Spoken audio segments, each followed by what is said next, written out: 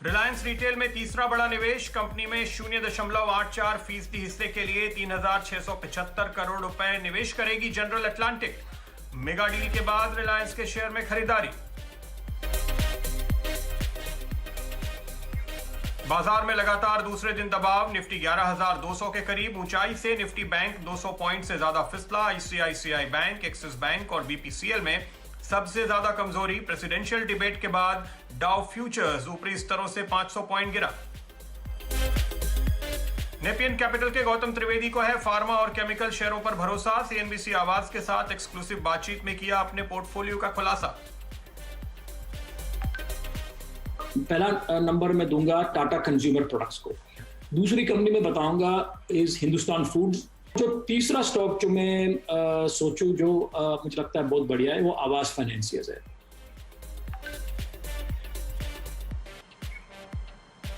लगातार चौथी बार बीपीसीएल के लिए ईओआई की तारीख बढ़ी, अब 16 नवंबर तक बोली लगाने का मौका। दीपम ने कहा कोरोना के चलते विदेशी निवेशकों की मांग पर बढ़ाई डेडलाइन, शेयर में 7% की गिरावट। कमजोर बाजार में मजबूती से खड़े हैं फार्मा शेयर, 2% की तेजी के साथ निफ्टी फार्मा इंडेक्स एक हफ्ते की ऊंचाई पर पहुंचा। डॉक्टर रेड्डी, सिप्ला और सन फार्मा निफ्टी के टॉप गेनर्स में शामिल।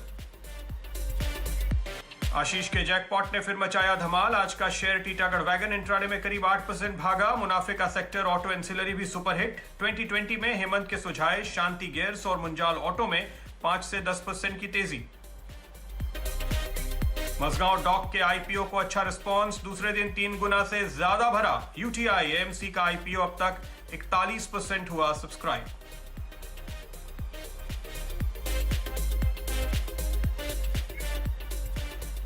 नमस्कार, आप देख रहे हैं फ्यूचर्स एक्सप्रेस। वायदा कारोबार में आज आपको क्या करना चाहिए, इन सारे सवालों के जवाब हम देंगे। निफ्टी बैंक निफ्टी में आपकी स्ट्रैटेजी क्या होनी चाहिए, किन स्टॉक्स में लॉन्ग करें, कहां शॉर्ट करें, ये आपको बताएंगे। हर रोज की तरह आपके लिए मैं लेकर आऊंगा आज का मेरा दूसरा पंड्या का फंडा स्टॉक इस वक्त इस शो में, और साथ ही साथ एक सस्ता ऑप्शन जो आपकी कराएगा तगड़ी कमाई। आज हमारे एक्सपर्ट होंगे कृष्ण सुब्रमण्यम, एफएनओ ट्रेड के, और वो आपको बताएंगे कहां पर उनको मौके फिलहाल बनते हुए दिखाई दे रहे हैं। चलिए क्रिस से बात करें, इसके पहले बाजार की तस्वीर एक बार आपके सामने लेकर आते हैं। जो सबसे बड़ा प्रेशर पॉइंट है बाजार के लिए इस वक्त वो है डाउ फ्यूचर्स। प्रेसिडेंशियल डिबेट के बाद करीब 500 पॉइंट ऊपर के लेवल से हम कमजोर हुए हैं। इस समय अगर आप देखें तो कल के मुकाबले 350 पॉइंट नीचे ट्रेड करता हुआ आपको डाउ फ्यूचर्स दिखाई देगा, और ये थोड़ी चिंता बढ़ा रहा है। ये चिंता इसलिए बढ़ा रहा है क्योंकि डाउ फ्यूचर्स आप देखिए, इसने पिछले गुरुवार को एक बॉटम बनाया था करीब 26,540 के आसपास, और वहां से डाउ फ्यूचर्स में हमने कुछ हाल आते हुए देखा करीब 1200 अंकों का। अब आज का ये जो नुकसान है, जो गिरावट है, जो लेवल है, वो चिंता इसलिए बढ़ाता है क्योंकि इस वक्त अगर आप देखें तो हम कह सकते हैं तकरीबन आपके लिए जो इंपॉर्टेंट सपोर्ट बनते हैं डाउ पे, वो 27,150 से 27,250 के बीच बनते हैं। और इस वक्त जो डाउ फ्यूचर्स के लेवल हमें दिखाई दे रहे हैं वो तकरीबन 27,050 के आसपास है। तो इस सपोर्ट जोन के हम नीचे चले गए हैं। अब अगर आज की क्लोजिंग आपको एक्चुअली जब डाउ में वहां पे ट्रेड होंगे 27,150 के नीचे बनती है तो वो एक ब्रेकडाउन गिना जाएगा, इसलिए थोड़ी चिंता की बात है। उम्मीद करें कि कल से आज तक हम काफी गिरावट को पचा चुके हैं तो शायद ये लेवल संभल जाए, लेकिन नजर रखिए, डाउ पे जरूर नजर रखिए अगर आप तेजी की पोजीशन लेकर बैठे हैं, और ऐसे स्टॉक चुनिए जो इतने मजबूत हैं कि उनकी गिरावट से आपको डरना ना पड़े। रिस्क थोड़ा सा मैनेज कीजिए आज के ट्रेड में, वो बेहद जरूरी होगा। निफ्टी बैंक निफ्टी पे नजर डालते हैं। दिन के जो निचले सपोर्ट लेवल्स इन दोनों ही इंडेक्स के लिए हम आपको सुबह से सुझा रहे थे, अगर आप देखें तो उनको हमने होल्ड किया है, और उसके बाद टिकने की कोशिश साफ तौर पे निफ्टी और बैंक निफ्टी ने दिखाई है। दिन के निचले स्तरों से रिकवर होकर के आप इस वक्त चल रहे हैं, हाइज और लो के बीच में कहीं ना कहीं ये ट्रेड चल रहा है। ऐसे में ऑप्शन ट्रेडर्स क्या कर रहे हैं वो इंटरेस्टिंग हो जाता है देखना। तो चलिए देखते हैं।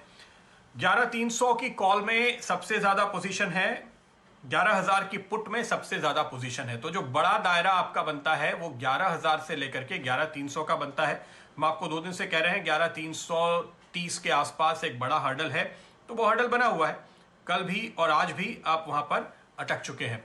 लेकिन इस वक्त अगर आप देखें, जो इंटरेस्टिंग ट्रेड मुझे दिख रहा है वो 11,200 के ऑप्शन में दिख रहा है। वो आंकड़े आपकी स्क्रीन पर डायरेक्टर साहब लेकर आएंगे अगर एक साथ, तो आप फटाफट समझ पाएंगे कि हम क्या बात कर रहे हैं। जी हाँ, देखिए, तो यहां पर 11,200 के लेवल पर आप देखिए कॉल और पुट दोनों तरफ राइटिंग हो रही है, जो आपको ये संकेत देता है कि कल तक के लिए बड़ा मूव शायद करंट लेवल से नहीं आएगा। आप इसी दायरे में घूमते रहेंगे, 11,150 11,250 के बीच में कहीं बाजार घूमता रहेगा। बड़ी गिरावट को अभी भी शायद हम उतना एग्रेसिवली डिस्काउंट नहीं कर रहे हैं। यही वजह है कि 11,200 के कॉल में राइटिंग हो रही है, तो 11,200 के पुट में भी राइटिंग हो रही है, और इनफैक्ट पुट की राइटिंग ज्यादा है, ओवरऑल पोजीशंस भी ज्यादा हैं।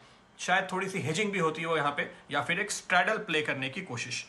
तो एक दायरेबंद ट्रेड को फिलहाल ऑप्शन राइटर लेकर चल रहे हैं कल की वीकली एक्सपायरी तक के लिए। दूसरी तरफ बैंक निफ्टी पे नजर डालिए, 21,000 का पुट और 21,500 की कॉल, तो ये 500 पॉइंट का एक दायरा आपको दिखाई दे रहा है। इस वक्त हम इसके बीच में कहीं अटके हुए हैं, और मोटे तौर पे आप देखिए तो मुझे यही दायरा दिखाई दे रहा है। ठीक है, 21,300 पे थोड़े राइटर्स आज एक स्टेप नीचे उतर आए हैं, तो 21,200 वाले जो पुट राइटर हैं वो भी ऊपर गए हैं। तो ये मुझे लगता है कि टाइम वैल्यू को लेकर के थोड़ा बहुत जो माइन्यूट कैलकुलेशन करने वाले ट्रेडर्स हैं वो इस पे ट्रेड कर रहे हैं, लेकिन आपके लिए दायरा बदलता नहीं है। जब तक 21,000 इंटैक्ट है तब तक आप ये मान के चलिए कि अभी इसमें रिवर्सल नहीं आया है निफ्टी बैंक में आज के लिए। हालांकि मैं आपको ये कहूंगा कि एक अच्छा लेवल 21,150 के बीच में बनता है, जो कि इंपॉर्टेंट क्रिटिकल सपोर्ट है आज दिन के बाकी समय के लिए, जहां तक बैंक निफ्टी कैश के लेवल का सवाल है। क्रिस हमारे साथ जुड़ते हुए, क्रिस बताइए आपकी कोई ट्रेड, कोई स्ट्रैटेजी जो आप निफ्टी या बैंक निफ्टी में सुझाएंगे? हाँ, नमस्कार प्रदीप जी। जैसे आपने बहुत सही विश्लेषण किया, यहाँ पर निफ्टी में हम 11,200, आई थिंक यहाँ पर अच्छी खासी सपोर्ट जरूर है, लेकिन ओवरऑल अगर हम देखें तो 11,300 यहाँ पर टेक्निकली और काफी मूविंग एवरेजेस भी काफी कन्वर्ज हो रहे हैं, और सटीक वही से हमने आज कल से हम रेजिस्टेंस देख रहे हैं, तो कहीं ना कहीं काफी चीज कन्वर्ज हो रहे हैं, और हम यहाँ पर मुनाफा वसूली देख रहे हैं। लेकिन 11,150 11,200 आई थिंक उस लेवल पे डेफिनेटली सपोर्ट है। जहां तक बैंक निफ्टी का सवाल है, ऑब्वियसली एक वीक लिंक है इस मार्केट में, और जैसे मार्केट में वीकनेस आती है सबसे पहले हम बैंक निफ्टी में ही गिरावट देख रहे हैं, और मेरा मानना है कि शायद इसी में शायद एक मूव आ सकती है, वॉलेटिलिटी बढ़ सकती है। तो उसको ध्यान में रखते हुए मेरा मानना है कि शायद 21,000 स्ट्राइक का पुट जो है यहाँ पर खरीदारी करके चले, 70-75 के आसपास खरीदारी करें, और 150 का टारगेट है और 35 का स्टॉप लॉस है। यानी कि मैं वॉलेटिलिटी के हिसाब से मेरा मानना है कि शायद एक डाउन साइड स्विंग मिल सकता है। और जहां तक स्पेसिफिक मूवमेंट का सवाल है, मेरा मानना है कि शायद मेटल्स में वापस आज मुनाफा वसूली अच्छी खासी देखने को मिल रही है, और अगर आप देखें तो सितंबर के सीरीज में भी खास करके सेकेंड हाफ में यहाँ पर अच्छी खासी हम धुलाई देखे थे मेटल्स में। तो ये पुल बैक रैली शायद खत्म होने को आया है, तो उसको ध्यान में रखते हुए टाटा स्टील शायद यहाँ पर एक गिरावट की तरफ जा रही है, बिकॉल करें, और 355 का टारगेट और 368 का स्टॉप लॉस। और गैस अथॉरिटी ऑफ इंडिया ये लगातार एक लगाट रही है, और मेरा मानना है कि शायद वापस इस डाउन स्विंग में वापस एक न्यू लो जाने की तैयारी में 81 का टारगेट पकड़ के रिकॉल करें, 89 का स्टॉप लॉस।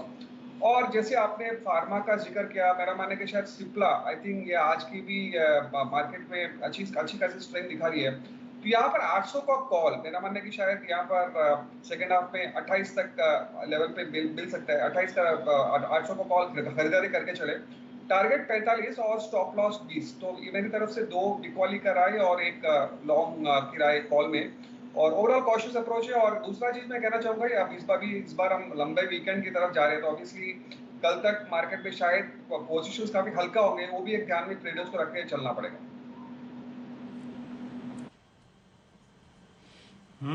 लंबे वीकेंड की तरफ जा रहे हैं, क्योंकि शुक्रवार को 2 अक्टूबर गांधी जयंती की छुट्टी है, इसलिए कल ना केवल वीकली एक्सपायरी होगी बल्कि आखिरी दिन होगा इस हफ्ते का भी, तो ये एक ध्यान में रखने वाली बात जरूर होगी। और क्रिस सर एक बहुत ही इंपॉर्टेंट बात बता रहे थे, देखिए उसको एम्फेसाइज एक बार करना चाहिए फिर से। 11,330 का जो लेवल मैं भी बोल रहा था, और जैसे कि क्रिस आपको कह रहे हैं 11,300 350 के दायरे में काफी इंपॉर्टेंट रेजिस्टेंस हैं। दरअसल पोजीशनल ट्रेडिंग के हिसाब से जो बुल जोन शुरू होगा वो इस लेवल के ऊपर ही होगा, ये बात आपको ध्यान में रखनी चाहिए। तो इसलिए आपके सामने ये सारे कॉल्स हैं। गेल पर आपके लिए एक सेल कॉल 81 के टारगेट, 89 पर आपको स्टॉप लॉस रखने की राय क्रिस की ओर से इस वक्त सामने आती हुई, और इन्होंने आपको जो स्टॉक स्पेसिफिक ट्रेड सुझाए हैं, देखिए टाटा स्टील पे सेल की कॉल है, टारगेट 355 के, स्टॉप 368, लेकिन सिप्ला पे बाई की सलाह है। और यहाँ पर इंटरेस्टिंग बात यह है कि सिप्ला पे हमने सुबह आपको देखिए ट्रेडर्स हॉटलाइन में कहा था कि कॉल लेकर चलिए, और ठीक वही बात अब आपको क्रिस सर भी कह रहे हैं। तो एक और मुहर लगती हुई सिप्ला का कॉल ऑप्शन खरीदने की हमारी सुबह की इस कॉल पे। शुक्रिया क्रिस सर इस थम्स अप के लिए आपका। चलिए अब मैं आपको बताता हूं आज का इस वक्त का मेरा पंड्या का फंडा स्टॉक।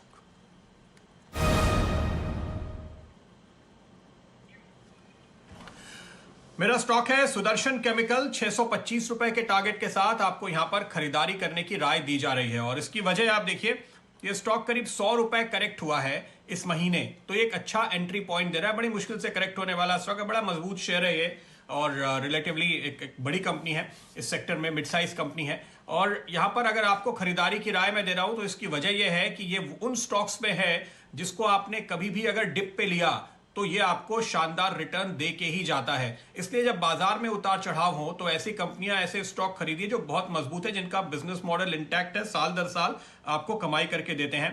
केमकॉन की कल लिस्टिंग होने वाली है, तो केमिकल सेक्टर पे ऐसे भी नजर है, और रिस्क रिवॉर्ड रेशियो इतना अच्छा है इस समय एंट्री लेने के लिए आपको कि यहां से मुनाफा मिलता हुआ मुझे नजर आ रहा है। तो 625 रुपए के टारगेट हम आपको सुझा रहे हैं इस स्टॉक के लिए फिलहाल। इस स्टॉक पे अगर आप देखिए तो कंपनी ऑर्गेनिक, इनऑर्गेनिक, पिगमेंट और एग्रोकेमिकल्स कारोबार में है, और इस सेगमेंट में बहुत जबरदस्त तेजी है।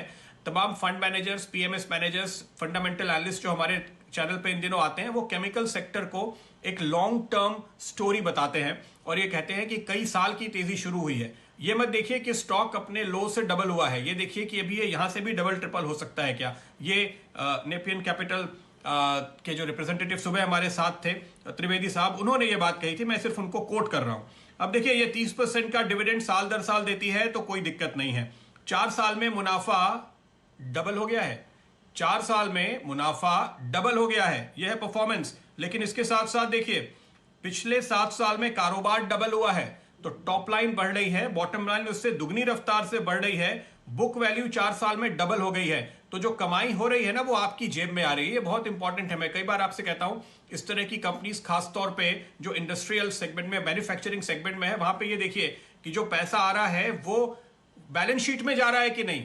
बुक वैल्यू अगर 4 साल में डबल हो रही है तो इसका मतलब है कि जो बाहर की जो लेन देन है वो सब पूरा करने के बाद दरअसल असल मुनाफा आपकी जेब में आ रहा है। तो वैल्यूएशन का बेस हर 4 साल में डबल, ये आपको एक बहुत ही कंफर्ट देता है। एनालिस्ट जो इसको ट्रैक करते हैं, मैंने कुछ एक रिपोर्ट्स पे नजर डाली, अगले 2 सालों के लिए 2022 तक के लिए 15 से 20% ईपीएस ग्रोथ का अनुमान है, जो शानदार है। एफआईआईज, डीआईआईज दोनों इस सेक्टर पे बुलिश हैं। पिछले साल भर में एफआईआईज का हिस्सा 10% से बढ़ के 12% हो गया है, एफआईआईज और डीआईआईज का कंबाइंड हिस्सा। तो इंस्टीट्यूशंस ने यहां पर हिस्सेदारी बढ़ाई है क्वार्टर ऑन क्वार्टर, साल दर साल। और अगर आप देखें तो सरकार ने काफी अच्छे टैरिफ प्रोटेक्शन दिए हैं इस सेक्टर के लिए। तो ओवरऑल केमिकल सेक्टर के लिए जो आप कह सकते हैं कि एक टेल विंड बहुत ही स्ट्रांग दिखाई दे रही है। अच्छा, कंपनी का 600 करोड़ रुपए का केपेक्स प्लान है, लेकिन ये काफी अच्छा है इसलिए क्योंकि इस समय यूटिलाइजेशन अच्छे चल रहे हैं, और आगे जो इन अपॉर्चुनिटीज की हम बात कर रहे हैं, ये कंपनी दुनिया के 85 देशों में अपने प्रोडक्ट बेचती है। वहां पे इनके नेटवर्क है, 3 या 4 ओवरसीज सब्सिडरीज हैं जो दुनिया भर में इनका प्रोडक्शन का बेचती हैं। तो जो डिमांड बढ़ रही है उसको मीट करने के लिए केपेक्स जरूरी है। लेकिन इस केपेक्स की जो खास बात है, जो एनालिस्ट हमें बता रहे हैं, वो ये है कि जिन प्रोडक्ट्स का उत्पादन बढ़ाया जा रहा है या जिनको नया जोड़ा जा रहा है, इनकी जो मार्जिन होगी वो करंट प्रोडक्ट पोर्टफोलियो की मार्जिन से ज्यादा होगी। इसका मतलब यह है कि ये एक्सपेंशन प्लान पूरा होने के बाद कंपनी की ओवरऑल मार्जिन और बढ़ जाएगी, और ये बात बहुत ही मार्के की है, बहुत ही इंपॉर्टेंट है, जिस पर आपकी नजर जरूर होनी चाहिए। तो ये globally expose company, chemical sector की मजबूत कंपनी, लंबा ट्रैक रिकॉर्ड, शानदार प्रोडक्ट पोर्टफोलियो, 85 देशों में माल बेचने में ये कामयाब है। तो चाइना के साथ इस समय जो रिलेटिव एडवांटेज हमारा बढ़ रहा है, मेक इन इंडिया के तहत इनके 2 प्रोजेक्ट्स जो महाराष्ट्र में लगे हुए हैं उनको मेगा प्रोजेक्ट का स्टेटस दिया गया है, उसके टैक्स बेनिफिट सरकार की ओर से मिल रहे हैं। तो हर नजरिए से मेरा मानना है बाजार के उतार चढ़ाव को किनारे रखिए, अच्छा स्टॉक, अच्छा लेवल यहां पर आपको लेनी चाहिए। एंट्री सुदर्शन केमिकल है इस समय का आज का मेरा पंड्या का फंडा स्टॉक। नजर डालिए जरा इस पे। आप तो फंडामेंटली भी क्रिस काफी सारे स्टॉक्स को देखते हैं, फंडा, टेक, सब कुछ मिलाकर क्या लगता है आपको? प्रदीप जी, मेरा मानना है कि शायद ये जो पिक आपने सुदर्शन केमिकल का दिया काफी मतलब ये ऑलमोस्ट 25-30 साल से मार्केट में इसका प्रेजेंस रही है, कंसिस्टेंट परफॉर्मेंस रही है। और टेक्निकली अगर हम बात करें, आपने फंडामेंटली काफी विश्लेषण कर दिया है। 538 का यहाँ पर एक रीसेंट टॉप बना था और वहां से अच्छी खासी हमने करेक्शन भी देखी। आई थिंक 475 के आसपास आज भी तो ट्रेड कर रहा है, तो ऑब्वियसली हेल्दी करेक्शन भी देखने को मिली है। और मेरा मानना है कि एक जिनको लॉन्ग टर्म हिसाब से यहाँ पर खरीदारी करना है, I think buy at every dip strategy इसमें बहुत सही बैठता है। और I think medium to long term में मेरा मानना है कि शायद मिनिमम 550-600 तक जाने की क्षमता है। तो डेफिनेटली बहुत ही बढ़िया स्टॉक है, कंसिस्टेंट ट्रैक रिकॉर्ड रही है और टेक्निकली भी मेरा मानना है कि शायद करंट लेवल पे एक्यूमुलेशन कैंडिडेट है। करंट लेवल पर एक्यूमुलेशन करते रहिए, धीरे धीरे खरीदारी कीजिए लंबी अवधि के लिहाज से। यह है राय फिलहाल क्रिस सर की ओर से आती हुई। और यहां पर ध्यान रखिए 625 के टारगेट के साथ ये खरीदारी की राय आपको दी जा रही है एक बेहद मजबूत स्टॉक में, जो एक बेहद मजबूत सेक्टर में है। वक्त हो चुका है एक छोटे से ब्रेक का, लेकिन आप कहीं जाएगा नहीं, क्योंकि ब्रेक के उस पार आपके लिए लेकर आएंगे एक सस्ता ऑप्शन जो कराएगा आपकी बड़ी कमाई।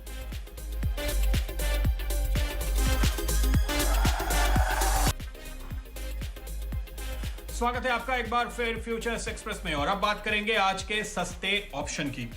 तो जो ऑप्शन मैंने आज आपके लिए चुना है वो है सीमेंस का। सीमेंस 1320 रुपए के स्ट्राइक वाला कॉल ऑप्शन आपको खरीदना है। मैंने देखा अंतिम बार तो कुछ 31.5 के आसपास था। आपकी स्क्रीन पर आएगा इस वक्त का भाव। 20 रुपए का स्टॉप लगाइए। 40 और 48 ये दो टारगेट आपको यहां पर सुझाए जा रहे हैं सीमेंस के लिए। बहुत सारे ड्राइवर्स हैं, फंडामेंटली इसकी चर्चा करने का इस वक्त तो हमारे पास समय नहीं है, लेकिन मुझे याद है मेरे ख्याल से 1100 रुपए के आसपास पहली बार हमने यहाँ पर आपको एक ऑप्शन सुझाया था। और देखिए आज ये स्टॉक 1300 के करीब पहुंचता हुआ नजर आ रहा है। तो एक बहुत तगड़ा बॉटम बनाया है और आज तीसरा दिन है जब ये अपने 200 दिन के मूविंग एवरेज के ऊपर बंद हो रहा है। और आमतौर पे अगर आप कोई भी टेक्निकल एनालिसिस की किताब पढ़ेंगे या कहीं भी रेफरेंस लेंगे तो आपको कहा जाएगा कि 3 दिन तक कोई स्टॉक 200 दिन के ऊपर बंद हो जाए तो मानना चाहिए कि इसने लॉन्ग टर्म का बॉटम बना लिया है। अब सीरीज की शुरुआत में है, वक्त बहुत है आपके पास और मैं आपको 40 रुपए ऊपर का यानी 3% ऊपर का ऑप्शन सुझा रहा हूं। तो टाइम वैल्यू डिके का जो रिस्क होता है वो बहुत कम है और ऑप्शन में आपका पैसा यहां से डबल होने की पूरी संभावना इस लिहाज से नजर आती है। अब देखिए इस वक्त ये 1320 का जो ऑप्शन है आपको करीब करीब ओपन इंटरेस्ट में 130% का इजाफा देखने को मिल रहा है, जो आपको बता रहा है कि बहुत तगड़ी एक्टिविटी है। बड़े पैमाने पर कॉल ऑप्शन की पोजीशंस बनाई जा रही हैं, खासतौर पे इस स्ट्राइक के ऊपर जो हमने आपको सुझाया है। मैंने आपको कहा था, मैं ब्रेक में देख रहा था तो 31.5 का भाव था, अब 34 तक के भाव आपकी स्क्रीन पर आपको देखने को मिले हैं। तो तगड़ा मोमेंटम यहां दिख रहा है और आज जिस लेवल पर यह बंद होने की तैयारी में मुझे दिखाई दे रहा है ये एक नया ब्रेकआउट का लेवल साफ तौर पे होगा। और अगर आप इस महीने ये क्लोजिंग इसी लेवल पे देखते हैं तो 6 मंथ्स की हाईएस्ट क्लोजिंग हो जाएगी। 6 महीने के हाईएस्ट लेवल पर ये स्टॉक ऑलरेडी पहुंच चुका है। तगड़ा मोमेंटम और ब्रेकआउट। क्रिस आपकी राय जल्दी से। जी प्रदीप जी, मैं थिंक मैं आपसे सहमत हूँ। 6 महीने का अगर यहाँ पर चार्ट देखें तो यह लगभग एक बहुत अच्छी खासी ब्रेकआउट की तैयारी पे, और जहाँ पर मार्केट में हम इतनी सुस्ती देख रहे हैं और वहां पर एक आउट परफॉर्मेंस देखने को मिल रही है, तो ऑब्वियसली सीजन्स में एक तगड़ा अपसाइड आने की संभावना है। तो जैसे आपने सुझाव दिया यहाँ पर 1300 call, I think definitely possibility is very high कि यहाँ पर जो पोजिशनर के पास भी अगर हम देखें तो आई थिंक 1350-1400 तक जाने की क्षमता रखती है। तो ऑब्वियसली ऑप्शन भी उसी मतलब मोमेंटम के साथ बढ़ने की संभावना है। तो I am fully agreeable with you कि यहाँ पर एक सीमेंस में भी अच्छी अपसाइड देखने को मिल सकती है। बिल्कुल, तो सीमेंस है वो स्टॉक जहां पर आपके लिए मौका है 1320 का अक्टूबर का कॉल ऑप्शन खरीदने की राय। यह है आज का सस्ता ऑप्शन ट्रेड। क्रिस बहुत बहुत शुक्रिया आपका हमारे साथ जुड़ने के लिए। उम्मीद है आपसे आगे मुलाकात होती रहेगी और आपके कॉल्स हमें मिलते रहेंगे। फिलहाल बाजार को चिंता लगी हुई है डाउ फ्यूचर्स की, तो वहीं पे रखिए नजर। वहां रिकवरी होती है तो ही हमारे बाजार रिकवर होंगे, वरना बहुत ज्यादा तेजी की पोजीशन लेकर जाना आज थोड़ा रिस्की हो सकता है। लेकिन ऐसे में हमने आपको वो स्टॉक्स चुनकर बताए हैं जो फंडामेंटली बेहद मजबूत हैं और यहां पर आपको चिंता करने की जरूरत नहीं होगी। वक्त है इजाजत लेने का, लेकिन आप देखते रहिए CNBC आवाज।